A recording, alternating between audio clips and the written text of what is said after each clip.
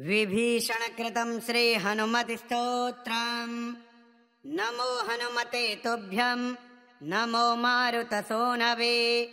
नमः श्रीरामभक्ताय श्यामास्याय च ते नमः। नमो वानरवीराय सुग्रीवसख्यकारिणे। लङ्काविदाहनार्थाय हेलासागरतारिणे। सीताशोकविनाशाय राममुद्राधराय च रावणान्तकुलच्छेदकारिणे ते नमो नमः। मेघनादमखध्वंसकारिणे ते नमो नमः। अशोकवनविध्वंसकारिणे भयहारिणे।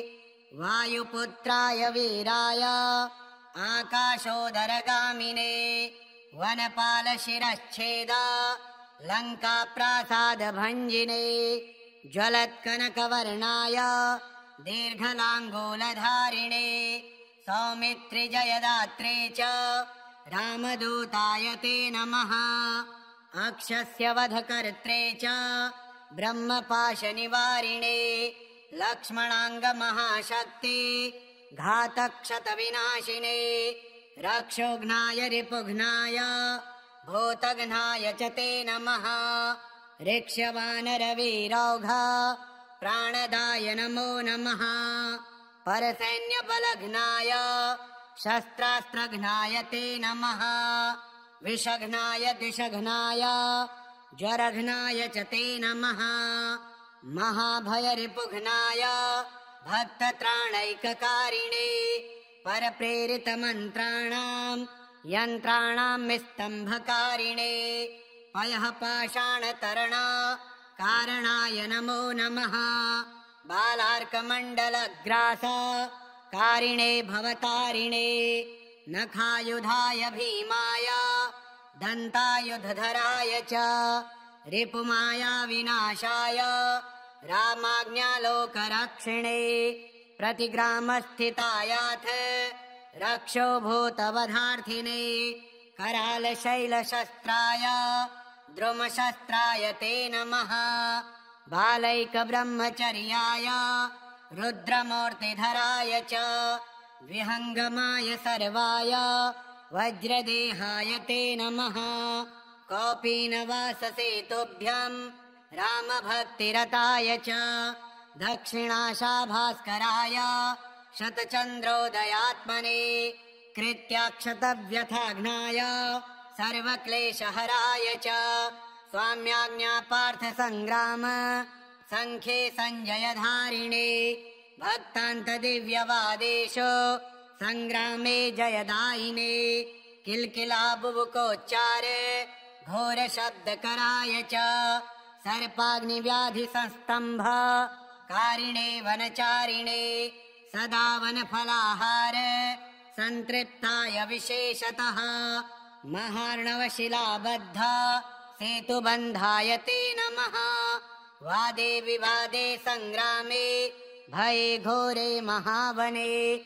सिंहव्याघ्रादिचौरेभ्यः स्तोत्रपाठाद्भयं नहि। दिव्ये भूतभये व्याधौ विषे स्थावरजङ्गमे। राजशस्त्रभये चोग्रे तथा ग्रहभयेषु च।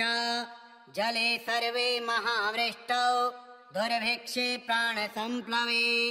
पठेत् स्तोत्रं प्रमुच्येत भयेभ्यः सर्वतो नरः। तस्य क्वापि भयं नास्ति हनुमतिस्तव पाठतः। सर्वदा वैत्रिकालं च पठनीयमिदं स्तवम्। सर्वान् कामान् वाप्नोति नात्र कार्या विचारणा। विभीषणकृतं स्तोत्रं तारक्षेण समुदीरितम्। ये पठिष्यन्ति भक्त्या वै सिद्ध्यस्तत्करे स्थिताः। नमो हनुमते तुभ्यं नमो मारुतसूनवे। नमः श्रीरामभक्ताय श्यामास्याय च ते नमः। नमो वानरवीराय सुग्रीवसख्यकारिणे। लङ्काविदाहनार्थाय हेलासागरतारिणे। सीताशोकविनाशाय राममुद्राधराय च रावणान्तकुलच्छेदकारिणे ते नमो नमः मेघनादमखध्वंसकारिणे ते नमो नमः अशोकवनविध्वंसकारिणे भयहारिणे वायुपुत्राय वीराय आकाशोदरगामिने वनपालशिरश्छेद लङ्काप्रासादभञ्जिने ज्वलत्कनकवर्णाय दीर्घलाङ्गूलधारिणे सौमित्रिजयदात्रे च रामदूताय ते नमः अक्षस्य वधकर्त्रे च ब्रह्मपाशनिवारिणे लक्ष्मणाङ्गमहाशक्ते घातक्षतविनाशिने रक्षोघ्नाय रिपुघ्नाय भूतघ्नाय च ते नमः ऋक्ष्यवानरवीरौघ प्राणदाय नमो नमः परसैन्यबलघ्नाय शस्त्रास्त्रघ्नाय ते नमः विषघ्नाय दिशघ्नाय ज्वरघ्नाय च ते नमः महाभयरिपुघ्नाय भक्तत्राणैककारिणे परप्रेरितमन्त्राणां यन्त्राणां निस्तम्भकारिणे पयः पाषाणतरणा कारणाय नमो नमः बालार्कमण्डलग्रासा कारिणे भवतारिणे नखायुधाय भीमाय दन्तायुधधराय च रिपुमाया विनाशाय रामाज्ञालोकरक्षिणे प्रतिग्रामस्थितायाथ रक्षोभूतवधार्थिने करालशैलशस्त्राय द्रुमशस्त्राय ते नमः बालैकब्रह्मचर्याय रुद्रमूर्तिधराय च विहङ्गमाय सर्वाय वज्रदेहाय ते नमः कौपीनवाससेतुभ्यं रामभक्तिरताय च दक्षिणाशाभास्कराय शतचन्द्रोदयात्मने कृत्याक्षतव्यथाघ्नाय सर्वक्लेशहराय च स्वाम्याज्ञापार्थसङ्ग्राम सङ्ख्ये सञ्जयधारिणे भक्तान्तदिव्यवादेशो सङ्ग्रामे जयदायिने किल्किलाबुबुकोच्चार घोरशब्दकराय च सर्पाग्निव्याधिसंस्तम्भ कारिणे वनचारिणे सदा वनफलाहार सन्तृप्ताय विशेषतः महार्णवशिलाबद्ध सेतुबन्धाय ते नमः वादे विवादे सङ्ग्रामे भये घोरे महावने सिंहव्याघ्रादिचौरेभ्यः स्तोत्रपाठाद्भयं नहि दिव्ये भूतभये व्याधौ विषेस्थावरजङ्गमे राजशस्त्रभये चोग्रे तथा ग्रहभयेषु च जले सर्वे महावृष्टौ दुर्भिक्षे प्राणसम्प्लवे पठेत् स्तोत्रं प्रमुच्येत भयेभ्यः सर्वतो नरः तस्य क्वापि भयं नास्ति हनुमतिस्तव पाठतः सर्वदा वै त्रिकालं च पठनीयमिदं स्तवम् सर्वान् कामान् वाप्नोति नात्र कार्या विचारणा विभीषणकृतं स्तोत्रं तारक्षेण समुदीरितं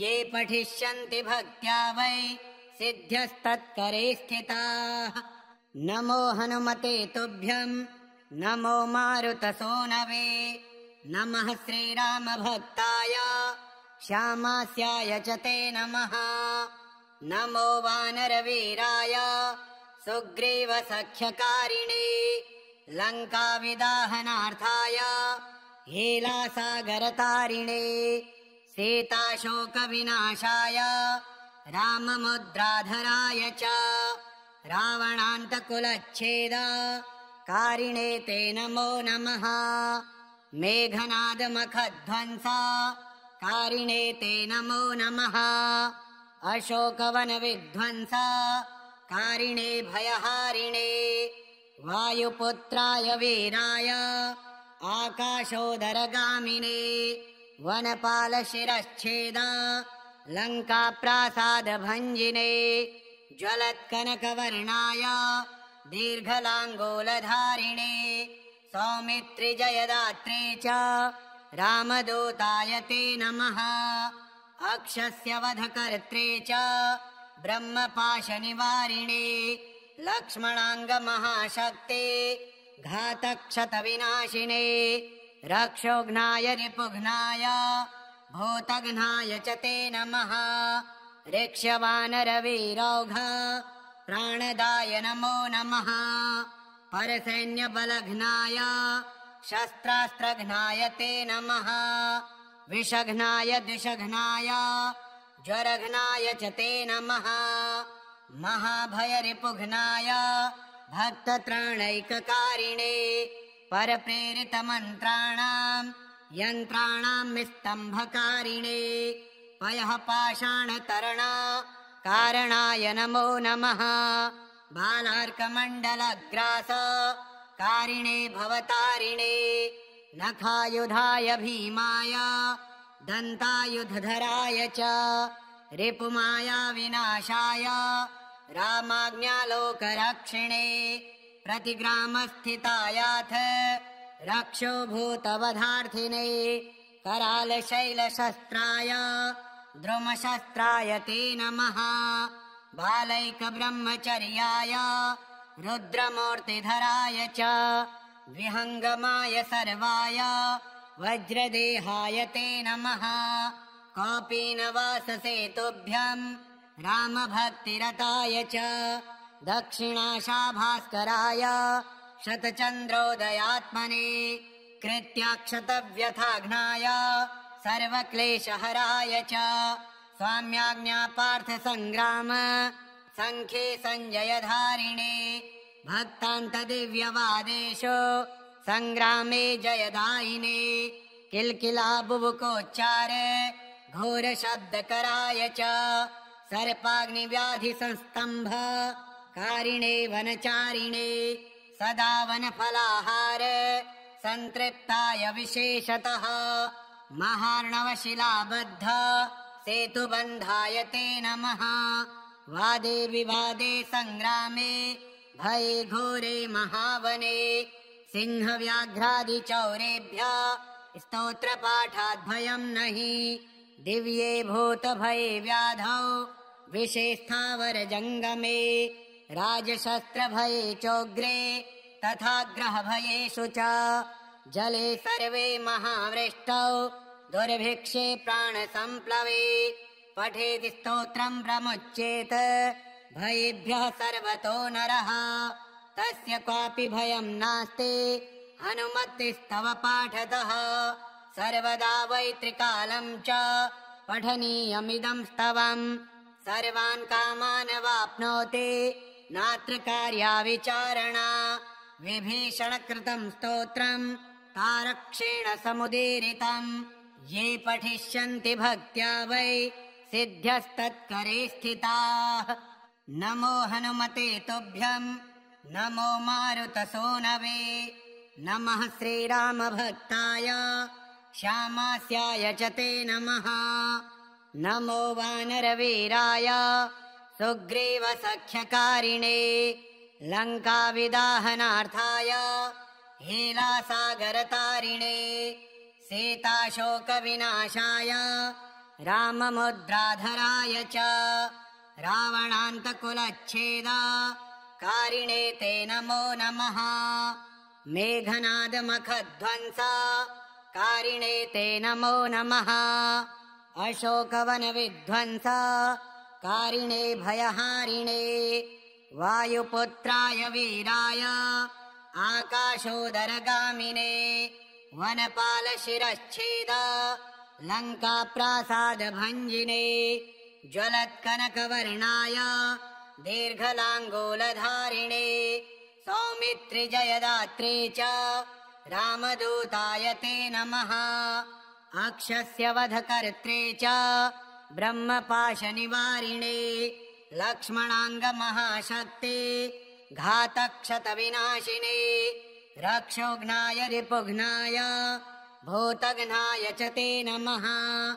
ऋक्ष्यवानरवीरौघ प्राणदाय नमो नमः परसैन्यबलघ्नाय शस्त्रास्त्रघ्नाय ते नमः विषघ्नाय दिशघ्नाय ज्वरघ्नाय च ते नमः महाभयरिपुघ्नाय भक्तत्राणैककारिणे परप्रेरितमन्त्राणां यन्त्राणां निस्तम्भकारिणे पयः पाषाणतरणा कारणाय नमो नमः बालार्कमण्डलग्रास कारिणे भवतारिणे नखायुधाय भीमाय दन्तायुधधराय च रिपुमाया विनाशाय रामाज्ञालोकरक्षिणे प्रतिग्रामस्थितायाथ रक्षोभूतवधार्थिने करालशैलशस्त्राय द्रुमशस्त्राय ते नमः बालैकब्रह्मचर्याय रुद्रमूर्तिधराय च विहङ्गमाय सर्वाय वज्रदेहाय ते नमः कौपीनवाससेतुभ्यं रामभक्तिरताय च दक्षिणाशाभास्कराय शतचन्द्रोदयात्मने कृत्याक्षतव्यथाघ्नाय सर्वक्लेशहराय च स्वाम्याज्ञापार्थसङ्ग्राम सङ्ख्ये सञ्जयधारिणे भक्तान्तदिव्यवादेषु सङ्ग्रामे जयदायिने किल्किलाबुबुकोच्चार घोरशब्दकराय च सर्पाग्निव्याधिसंस्तम्भ कारिणे वनचारिणे सदा वनफलाहार सन्तृप्ताय विशेषतः महार्णवशिलाबद्ध सेतुबन्धाय ते नमः वादे विवादे सङ्ग्रामे भये घोरे महावने सिंहव्याघ्रादिचौरेभ्यः स्तोत्रपाठाद्भयं नहि दिव्ये भूतभये व्याधौ विषेस्थावरजङ्गमे राजशस्त्रभये चोग्रे तथा ग्रहभयेषु च जले सर्वे महावृष्टौ दुर्भिक्षे प्राणसम्प्लवे पठेत् स्तोत्रं प्रमुच्येत भयेभ्यः सर्वतो नरः तस्य क्वापि भयं नास्ति हनुमतिस्तव पाठतः सर्वदा वै त्रिकालं च पठनीयमिदं स्तवम् सर्वान् कामान् वाप्नोति नात्र कार्या विचारणा विभीषणकृतं स्तोत्रं तारक्षेण समुदीरितं ये पठिष्यन्ति भक्त्या वै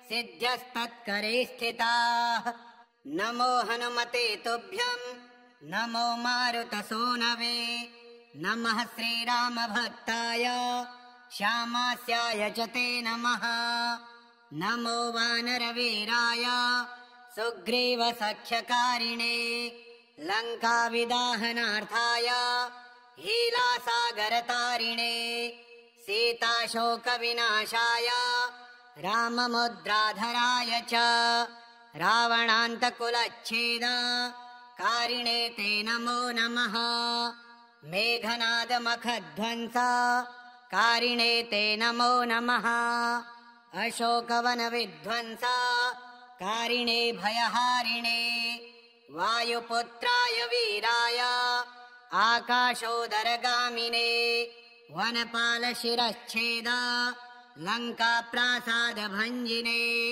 ज्वलत्कनकवर्णाय दीर्घलाङ्गूलधारिणे सौमित्रिजयदात्रे च रामदूताय ते नमः अक्षस्य वधकर्त्रे च ब्रह्मपाशनिवारिणे लक्ष्मणाङ्गमहाशक्ते घातक्षतविनाशिने रक्षोघ्नाय रिपुघ्नाय भूतघ्नाय च ते नमः ऋक्ष्यवानरवीरौघ प्राणदाय नमो नमः परसैन्यबलघ्नाय शस्त्रास्त्रघ्नाय ते नमः विषघ्नाय दिशघ्नाय ज्वरघ्नाय च ते नमः महाभयरिपुघ्नाय भक्तत्राणैककारिणे परप्रेरितमन्त्राणां यन्त्राणां निस्तम्भकारिणे पयः पाषाणतरणा कारणाय नमो नमः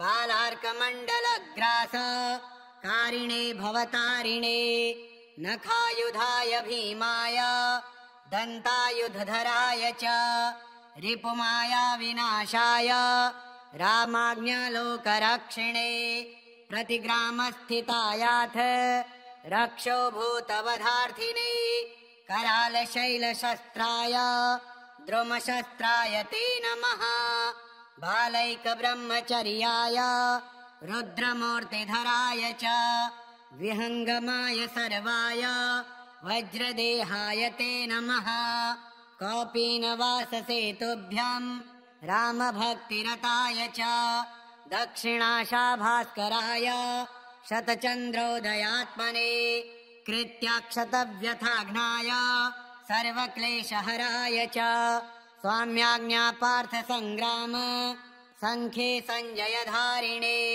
भक्तान्तदिव्यवादेशो सङ्ग्रामे जयदायिने किल्किलाबुबुकोच्चार घोरशब्दकराय च सर्पाग्निव्याधिसंस्तम्भ कारिणे वनचारिणे सदा वनफलाहार सन्तृप्ताय विशेषतः महार्णवशिलाबद्ध सेतुबन्धाय ते नमः वादे विवादे सङ्ग्रामे भये घोरे महावने सिंहव्याघ्रादिचौरेभ्यः स्तोत्रपाठाद्भयं नहि दिव्ये भूतभये व्याधौ विषे स्थावरजङ्गमे राजशस्त्रभये चोग्रे तथा ग्रहभयेषु च जले सर्वे महावृष्टौ दुर्भिक्षे प्राणसम्प्लवे पठेत् स्तोत्रं प्रमुच्येत भयेभ्यः सर्वतो नरः तस्य क्वापि भयं नास्ति हनुमतिस्तव पाठतः सर्वदा वै त्रिकालं च पठनीयमिदं स्तवम् सर्वान् कामान् वाप्नोति नात्र कार्या विचारणा विभीषणकृतं स्तोत्रं तारक्षेण समुदीरितं ये पठिष्यन्ति भक्त्या वै सिद्ध्यस्तत्करे स्थिताः नमो हनुमते तुभ्यं नमो मारुतसूनवे नमः श्रीरामभक्ताय श्यामास्याय च ते नमः नमो वानरवीराय सुग्रीवसख्यकारिणे लङ्काविदाहनार्थाय हेलासागरतारिणे सीताशोकविनाशाय राममुद्राधराय च रावणान्तकुलच्छेदा कारिणे ते नमो नमः मेघनादमखध्वंस कारिणे ते नमो नमः अशोकवनविध्वंस कारिणे भयहारिणे वायुपुत्राय वीराय आकाशोदरगामिने वनपालशिरश्छेद लङ्काप्रासादभञ्जिने ज्वलत्कनकवर्णाय दीर्घलाङ्गूलधारिणे सौमित्रिजयदात्रे च रामदूताय ते नमः अक्षस्य वधकर्त्रे च ब्रह्मपाशनिवारिणे लक्ष्मणाङ्गमहाशक्ते घातक्षतविनाशिने रक्षोघ्नाय रिपुघ्नाय भूतघ्नाय च ते नमः ऋक्ष्यवानरवीरौघ प्राणदाय नमो नमः परसैन्यबलघ्नाय शस्त्रास्त्रघ्नाय ते नमः विषघ्नाय द्विषघ्नाय ज्वरघ्नाय च ते नमः महाभयरिपुघ्नाय भक्तत्राणैककारिणे परप्रेरितमन्त्राणां यन्त्राणां स्तम्भकारिणे पयः पाषाणतरणा कारणाय नमो नमः बालार्कमण्डलग्रास कारिणे भवतारिणे नखायुधाय भीमाय दन्तायुधधराय च रिपुमाया विनाशाय रामाज्ञालोकरक्षिणे प्रतिग्रामस्थितायाथ रक्षो भूतवधार्थिने करालशैलशस्त्राय द्रुमशस्त्राय ते नमः बालैकब्रह्मचर्याय रुद्रमूर्तिधराय च विहङ्गमाय सर्वाय वज्रदेहाय ते नमः कौपीनवाससेतुभ्यम् रामभक्तिरताय च दक्षिणाशाभास्कराय शतचन्द्रोदयात्मने कृत्याक्षतव्यथाघ्नाय सर्वक्लेशहराय च स्वाम्याज्ञापार्थसङ्ग्राम सङ्ख्ये सञ्जयधारिणे भक्तान्तदिव्यवादेशो सङ्ग्रामे जयदायिने किल्किला बुबुकोच्चार घोरशब्दकराय च सर्पाग्निव्याधिसंस्तम्भ कारिणे वनचारिणे सदा वनफलाहार सन्तृप्ताय विशेषतः महार्णवशिलाबद्ध सेतुबन्धाय ते नमः वादे विवादे सङ्ग्रामे भये घोरे महावने सिंहव्याघ्रादिचौरेभ्य स्तोत्रपाठाद्भयम् नहि दिव्ये भूतभये व्याधौ विषेस्थावरजङ्गमे राजशस्त्रभये चोग्रे तथा ग्रहभयेषु च जले सर्वे महावृष्टौ दुर्भिक्षे प्राणसम्प्लवे पठेति स्तोत्रम् प्रमुच्येत भयेभ्यः सर्वतो नरः तस्य क्वापि भयम् नास्ति हनुमतिस्तव पाठतः सर्वदा वैत्रिकालम् च पठनीयमिदम् स्तवम् सर्वान् कामान् वाप्नोति नात्र कार्या विचारणा विभीषणकृतम् स्तोत्रम् तारक्षेण समुदीरितम् ये पठिष्यन्ति भक्त्या वै सिद्ध्यस्तत्करे स्थिताः नमो हनुमते तुभ्यम् नमो मारुतसूनवे नमः श्रीरामभक्ताय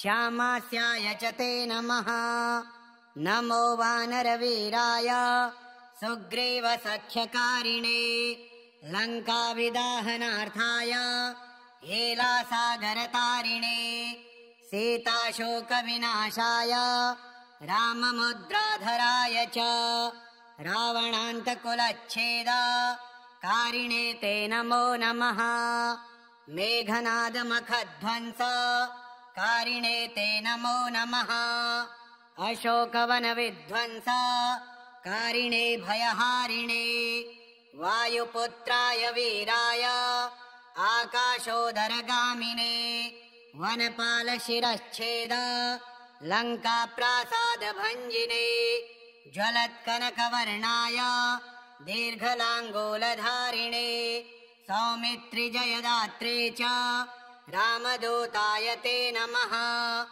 अक्षस्य वधकर्त्रे च ब्रह्मपाशनिवारिणे लक्ष्मणाङ्गमहाशक्ते घातक्षतविनाशिने रक्षोघ्नाय रिपुघ्नाय भूतघ्नाय च ते नमः ऋक्षवानरवीरौघा प्राणदाय नमो नमः परसैन्यबलघ्नाय शस्त्रास्त्रघ्नाय ते नमः विषघ्नाय दिशघ्नाय ज्वरघ्नाय च ते नमः महाभयरिपुघ्नाय भक्तत्राणैककारिणे परप्रेरितमन्त्राणाम् यन्त्राणाम् विस्तम्भकारिणे पयः पाषाणतरणा कारणाय नमो नमः बालार्कमण्डलग्रासा कारिणे भवतारिणे नखायुधाय भीमाय दन्तायुधधराय च रिपुमाया विनाशाय रामाज्ञालोकरक्षिणे प्रतिग्रामस्थितायाथ रक्षोभूतवधार्थिने करालशैलशस्त्राय द्रुमशस्त्राय ते नमः बालैकब्रह्मचर्याय रुद्रमूर्तिधराय च विहङ्गमाय सर्वाय वज्रदेहाय ते नमः कौपीनवाससेतुभ्यम् रामभक्तिरताय च दक्षिणाशाभास्कराय शतचन्द्रोदयात्मने कृत्याक्षतव्यथाघ्नाय सर्वक्लेशहराय च स्वाम्याज्ञापार्थसङ्ग्राम सङ्ख्ये सञ्जयधारिणे भक्तान्तदिव्यवादेषु संग्रामे जयदायिने किल्किला बुबुकोच्चार घोरशब्दकराय च सर्पाग्निव्याधिसंस्तम्भ कारिणे वनचारिणे सदा वनफलाहार संतृप्ताय विशेषतः महार्णवशिलाबद्ध सेतुबन्धाय ते नमः। वादे विवादे संग्रामे भये घोरे महावने सिंहव्याघ्रादिचौरेभ्यः स्तोत्रपाठाद्भयं नहि दिव्ये भूतभये व्याधौ विषे स्थावरजङ्गमे राजशस्त्रभये चोग्रे तथा ग्रहभयेषु च जले सर्वे महावृष्टौ दुर्भिक्षे प्राणसम्प्लवे पठेति स्तोत्रं प्रमुच्येत भयेभ्यः सर्वतो नरः तस्य क्वापि भयं नास्ति हनुमतिस्तव पाठतः सर्वदा वै त्रिकालं च पठनीयमिदं स्तवम् सर्वान् कामान् वाप्नोति नात्र कार्या विचारणा विभीषणकृतं स्तोत्रं कारक्षेण समुदीरितं ये पठिष्यन्ति भक्त्या वै सिद्ध्यस्तत्करे स्थिताः। नमो हनुमते तुभ्यं नमो मारुतसूनवे नमः श्रीरामभक्ताय श्यामास्याय च ते नमः। नमो वानरवीराय सुग्रीवसख्यकारिणे लङ्काविदाहनार्थाय हीलासागरतारिणे सीताशोकविनाशाय राममुद्राधराय च रावणान्तकुलच्छेदकारिणे ते नमो नमः। मेघनादमखध्वंस कारिणे ते नमो नमः।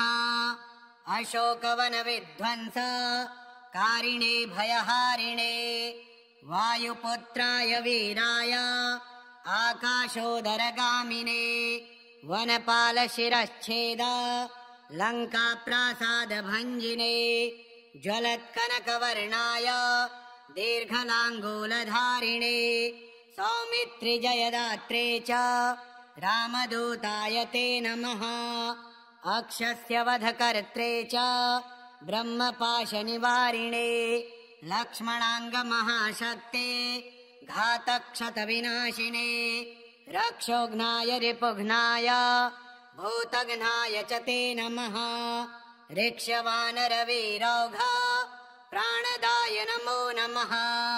परसैन्यबलघ्नाय शस्त्रास्त्रघ्नाय ते नमः। विषघ्नाय द्विषघ्नाय ज्वरघ्नाय च ते नमः। महाभयरिपुघ्नाय भक्तत्राणैककारिणे परप्रेरितमन्त्राणां यन्त्राणां निस्तम्भकारिणे पयः पाषाणतरण कारणाय नमो नमः। बालार्कमण्डलग्रासा कारिणे भवतारिणे नखायुधाय भीमाय दन्तायुधधराय च रिपुमाया विनाशाय रामाज्ञालोकरक्षिणे प्रतिग्रामस्थितायाथ रक्षो भूतवधार्थिने करालशैलशस्त्राय द्रुमशस्त्राय ते नमः। बालैकब्रह्मचर्याय रुद्रमूर्तिधराय च विहङ्गमाय सर्वाय वज्रदेहाय ते नमः। कौपीनवाससेतुभ्यं रामभक्तिरताय च दक्षिणाशाभास्कराय शतचन्द्रोदयात्मने कृत्याक्षतव्यथाघ्नाय सर्वक्लेशहराय च स्वाम्याज्ञापार्थसङ्ग्राम सङ्ख्ये सञ्जयधारिणे भक्तान्तदिव्यवादेषु संग्रामे जयदायिने किल्किला बुबुकोच्चार घोरशब्दकराय च सर्पाग्निव्याधिसंस्तम्भ कारिणे वनचारिणे सदा वनफलाहार संतृप्ताय विशेषतः महार्णवशिलाबद्ध सेतुबन्धाय ते नमः।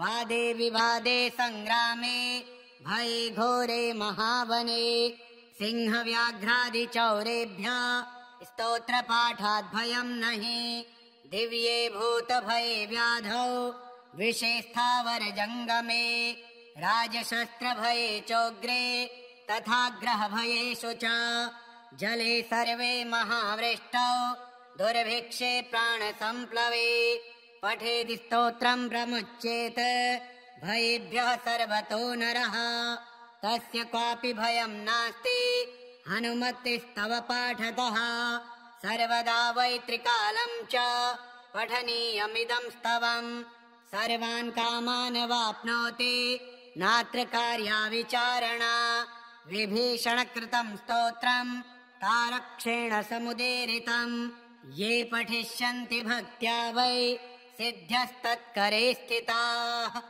नमो हनुमते तुभ्यम् नमो मारुतसूनवे नमः श्रीरामभक्ताय श्यामास्याय च ते नमः नमो वानरवीराय सुग्रीवसख्यकारिणे लङ्काविदाहनार्थाय हेलासागरतारिणे सीताशोकविनाशाय राममुद्राधराय च रावणान्तकुलच्छेदाकारिणे ते नमो नमः मेघनादमखध्वंसाकारिणे ते नमो नमः अशोकवनविध्वंसाकारिणे भयहारिणे वायुपुत्राय वीराय आकाशोदरगामिने वनपालशिरश्छेद लङ्काप्रासादभञ्जिने ज्वलत्कनकवर्णाय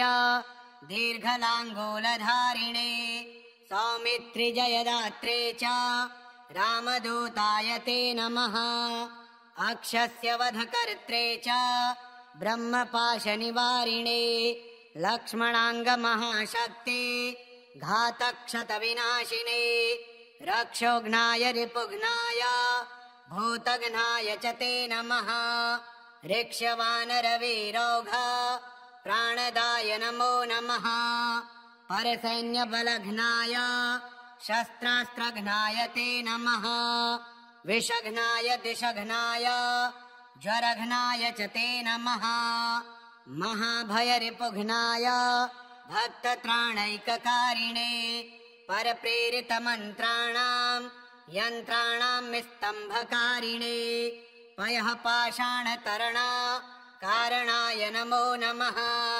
बालार्कमण्डलग्रास कारिणे भवतारिणे नखायुधाय भीमाय दन्तायुधधराय च रिपुमाया विनाशाय रामाज्ञालोकरक्षिणे प्रतिग्रामस्थितायाथ रक्षो भूतवधार्थिने करालशैलशस्त्राय द्रुमशस्त्राय ते नमः बालैकब्रह्मचर्याय रुद्रमूर्तिधराय च विहङ्गमाय सर्वाय वज्रदेहाय ते नमः कौपीनवाससेतुभ्यम् रामभक्तिरताय च दक्षिणाशाभास्कराय शतचन्द्रोदयात्मने कृत्याक्षतव्यथाघ्नाय सर्वक्लेशहराय च स्वाम्याज्ञापार्थसङ्ग्राम सङ्ख्ये सञ्जयधारिणे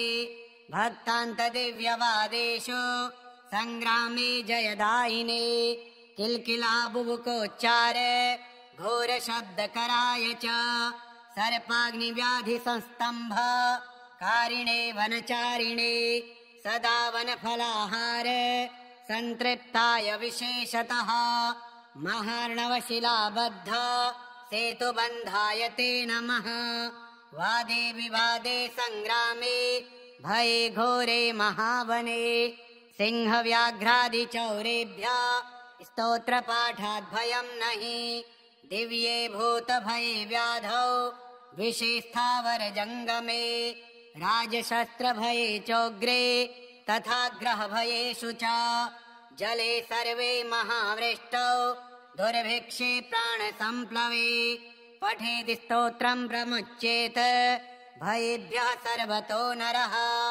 तस्य क्वापि भयं नास्ति हनुमतिस्तव पाठतः सर्वदा वै त्रिकालं च पठनीयमिदं स्तवम् सर्वान् कामान् वाप्नोति नात्र कार्या विचारणा विभीषणकृतं स्तोत्रम् तारक्षेण समुदीरितम् ये पठिष्यन्ति भक्त्या वै सिद्ध्यस्तत्करे स्थिताः नमो हनुमते तुभ्यं नमो मारुतसूनवे नमः श्रीरामभक्ताय श्यामास्याय च ते नमः नमो वानरवीराय सुग्रीवसख्यकारिणे लङ्काविदाहनार्थाय हेलासागरतारिणे सीताशोकविनाशाय राममुद्राधराय च रावणान्तकुलच्छेदकारिणे ते नमो नमः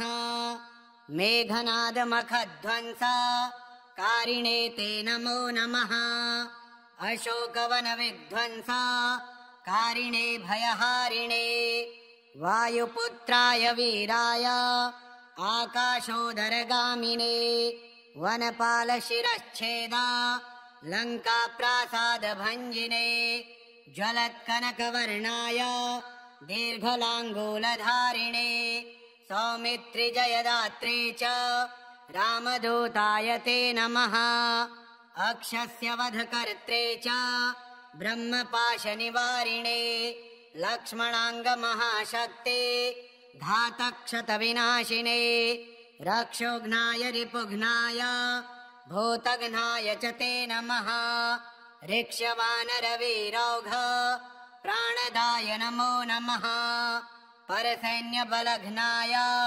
शस्त्रास्त्रघ्नाय ते नमः विषघ्नाय दिशघ्नाय ज्वरघ्नाय च ते नमः महाभयरिपुघ्नाय भक्तत्राणैककारिणे परप्रेरितमन्त्राणां यन्त्राणां निस्तम्भकारिणे पयः पाषाणतरणा कारणाय नमो नमः बालार्कमण्डलग्रासा कारिणे भवतारिणे नखायुधाय भीमाय दन्तायुधधराय च रिपुमाया विनाशाय रामाज्ञालोकरक्षिणे प्रतिग्रामस्थितायाथ रक्षोभूतवधार्थिने करालशैलशस्त्राय द्रुमशस्त्राय ते नमः बालैकब्रह्मचर्याय रुद्रमूर्तिधराय च विहङ्गमाय सर्वाय वज्रदेहाय ते नमः कौपीनवाससेतुभ्यं रामभक्तिरताय च दक्षिणाशाभास्कराय शतचन्द्रोदयात्मने कृत्याक्षतव्यथाघ्नाय सर्वक्लेशहराय च स्वाम्याज्ञापार्थसङ्ग्राम सङ्ख्ये सञ्जयधारिणे भक्तान्तदिव्यवादेषु सङ्ग्रामे जयदायिने किल्किलाबुबुकोच्चार घोरशब्दकराय च सर्पाग्निव्याधिसंस्तम्भ कारिणे वनचारिणे सदा वनफलाहार सन्तृप्ताय विशेषतः महार्णवशिलाबद्धा सेतुबन्धाय ते नमः वादे विवादे सङ्ग्रामे भये घोरे महावने सिंहव्याघ्रादिचौरेभ्यः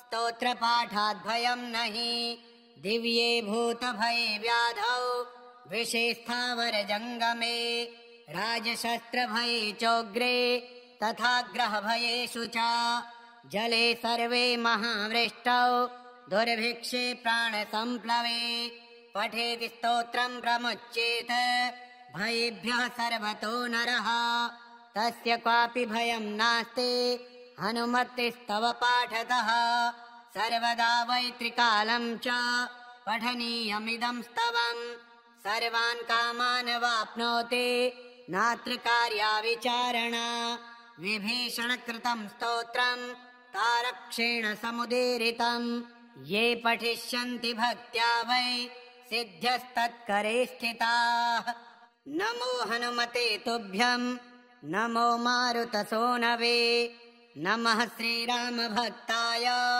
श्यामास्याय च ते नमः। नमो वानरवीराय सुग्रीवसख्यकारिणे लङ्काविदाहनार्थाय हेलासागरतारिणे सीताशोकविनाशाय राममुद्राधराय च रावणान्तकुलच्छेदकारिणे ते नमो नमः। मेघनादमखध्वंसकारिणे ते नमो नमः। अशोकवनविध्वंसकारिणे भयहारिणे वायुपुत्राय वीराय आकाशोदरगामिने वनपालशिरश्छेद लङ्काप्रासादभञ्जिने ज्वलत्कनकवर्णाय दीर्घलाङ्गूलधारिणे सौमित्रिजयदात्रे च रामदूताय ते नमः। अक्षस्य वधकर्त्रे च ब्रह्मपाशनिवारिणे लक्ष्मणाङ्गमहाशक्ते घातक्षतविनाशिने रक्षोघ्नाय रिपुघ्नाय भूतघ्नाय च ते नमः। ऋक्ष्यवानरवीरौघ प्राणदाय नमो नमः। परसैन्यबलघ्नाय शस्त्रास्त्रघ्नाय ते नमः। विषघ्नाय द्विषघ्नाय ज्वरघ्नाय च ते नमः। महाभयरिपुघ्नाय भक्तत्राणैककारिणे परप्रेरितमन्त्राणाम् यन्त्राणाम् निस्तम्भकारिणे पयः पाषाणतरणा कारणाय नमो नमः। बालार्कमण्डलग्रास कारिणे भवतारिणे नखायुधाय भीमाय दन्तायुधधराय च रिपुमाया विनाशाय रामाज्ञालोकरक्षिणे प्रतिग्रामस्थितायाथ रक्षो भूतवधार्थिने करालशैलशस्त्राय द्रुमशस्त्राय ते नमः। बालैकब्रह्मचर्याय रुद्रमूर्तिधराय च विहङ्गमाय सर्वाय वज्रदेहाय ते नमः। कौपीनवाससेतुभ्यम् रामभक्तिरताय च दक्षिणाशाभास्कराय शतचन्द्रोदयात्मने कृत्याक्षतव्यथाघ्नाय सर्वक्लेशहराय च स्वाम्याज्ञापार्थसङ्ग्राम सङ्ख्ये सञ्जयधारिणे भक्तान्तदिव्यवादेषु सङ्ग्रामे जयदायिने किल्किलाबुबुकोच्चार घोरशब्दकराय च सर्पाग्निव्याधिसंस्तम्भ कारिणे वनचारिणे सदा वनफलाहार सन्तृप्ताय विशेषतः महार्णवशिलाबद्ध सेतुबन्धाय ते नमः। वादे विवादे सङ्ग्रामे भये घोरे महावने सिंहव्याघ्रादिचौरेभ्यः स्तोत्रपाठाद्भयम् नहि दिव्ये भूतभये व्याधौ विषे स्थावरजङ्गमे राजशस्त्रभये चोग्रे तथा ग्रहभयेषु च जले सर्वे महावृष्टौ दुर्भिक्षे प्राणसम्प्लवे पठेति स्तोत्रम् प्रमुच्येत भयेभ्यः सर्वतो नरः तस्य क्वापि भयम् नास्ति हनुमतिस्तव पाठतः सर्वदा वै त्रिकालम् च पठनीयमिदम् स्तवम् सर्वान् कामान् वाप्नोति नात्र कार्या विचारणा विभीषणकृतम् स्तोत्रम् तारक्षेण समुदीरितम् ये पठिष्यन्ति भक्त्या वै सिद्ध्यस्तत्करे स्थिताः। नमो हनुमते तुभ्यम् नमो मारुतसूनवे नमः श्रीरामभक्ताय श्यामास्याय च ते नमः। नमो वानरवीराय सुग्रीवसख्यकारिणे लङ्काविदाहनार्थाय हेलासागरतारिणे सीताशोकविनाशाय राममुद्राधराय च रावणान्तकुलच्छेदकारिणे ते नमो नमः। मेघनादमखध्वंसकारिणे ते नमो नमः। अशोकवनविध्वंस कारिणे भयहारिणे वायुपुत्राय वीराय आकाशोदरगामिने वनपालशिरश्छेद लङ्काप्रासादभञ्जिने ज्वलत्कनकवर्णाय दीर्घलाङ्गूलधारिणे सौमित्रिजयदात्रे च रामदूताय ते नमः। अक्षस्य वधकर्त्रे च ब्रह्मपाशनिवारिणे लक्ष्मणाङ्गमहाशक्ते घातक्षतविनाशिने रक्षोघ्नाय रिपुघ्नाय भूतघ्नाय च ते नमः। ऋक्ष्यवानरवीरौघ प्राणदाय नमो नमः। परसैन्यबलघ्नाय शस्त्रास्त्रघ्नाय ते नमः। विषघ्नाय दिशघ्नाय ज्वरघ्नाय च ते नमः। महाभयरिपुघ्नाय भक्तत्राणैककारिणे परप्रेरितमन्त्राणां यन्त्राणां विस्तम्भकारिणे पयः पाषाणतरणा कारणाय नमो नमः। बालार्कमण्डलग्रासा कारिणे भवतारिणे नखायुधाय भीमाय दन्तायुधधराय च रिपुमाया विनाशाय रामाज्ञालोकरक्षिणे प्रतिग्रामस्थितायाथ रक्षो भूतवधार्थिने करालशैलशस्त्राय द्रुमशस्त्राय ते नमः। बालैकब्रह्मचर्याय रुद्रमूर्तिधराय च विहङ्गमाय सर्वाय वज्रदेहाय ते नमः। कौपीनवाससेतुभ्यं रामभक्तिरताय च दक्षिणाशाभास्कराय शतचन्द्रोदयात्मने कृत्याक्षतव्यथाघ्नाय सर्वक्लेशहराय च स्वाम्याज्ञापार्थसङ्ग्राम सङ्ख्ये सञ्जयधारिणे भक्तान्तदिव्यवादेषु सङ्ग्रामे जयदायिने किल्किलाबुबुकोच्चार घोरशब्दकराय च सर्पाग्निव्याधिसंस्तम्भ कारिणे वनचारिणे सदा वनफलाहार सन्तृप्ताय विशेषतः महार्णवशिलाबद्ध सेतुबन्धाय ते नमः। वादे विवादे सङ्ग्रामे भये घोरे महावने सिंहव्याघ्रादिचौरेभ्यः स्तोत्रपाठाद्भयं नहि दिव्ये भूतभये व्याधौ विषे स्थावरजङ्गमे राजशस्त्रभये चोग्रे तथा ग्रहभयेषु च जले सर्वे महावृष्टौ दुर्भिक्षे प्राणसम्प्लवे पठेत् स्तोत्रं प्रमुच्येत भयेभ्यः सर्वतो नरः तस्य क्वापि भयं नास्ति हनुमतिस्तव पाठतः सर्वदा वैत्रिकालं च पठनीयमिदं स्तवम् सर्वान् कामान् वाप्नोति नात्र कार्या विचारणा विभीषणकृतं स्तोत्रं तारक्षेण समुदीरितम् ये पठिष्यन्ति भक्त्या वै सिद्ध्यस्तत्करे स्थिताः। श्रीसुदर्शनसंहितायां विभीषणगरुडसंवादे विभीषणकृतं हनुमतिस्तोत्रम् श्रीहनुमतार्पणमस्तु। ॐ श्रीहनुमते नमः।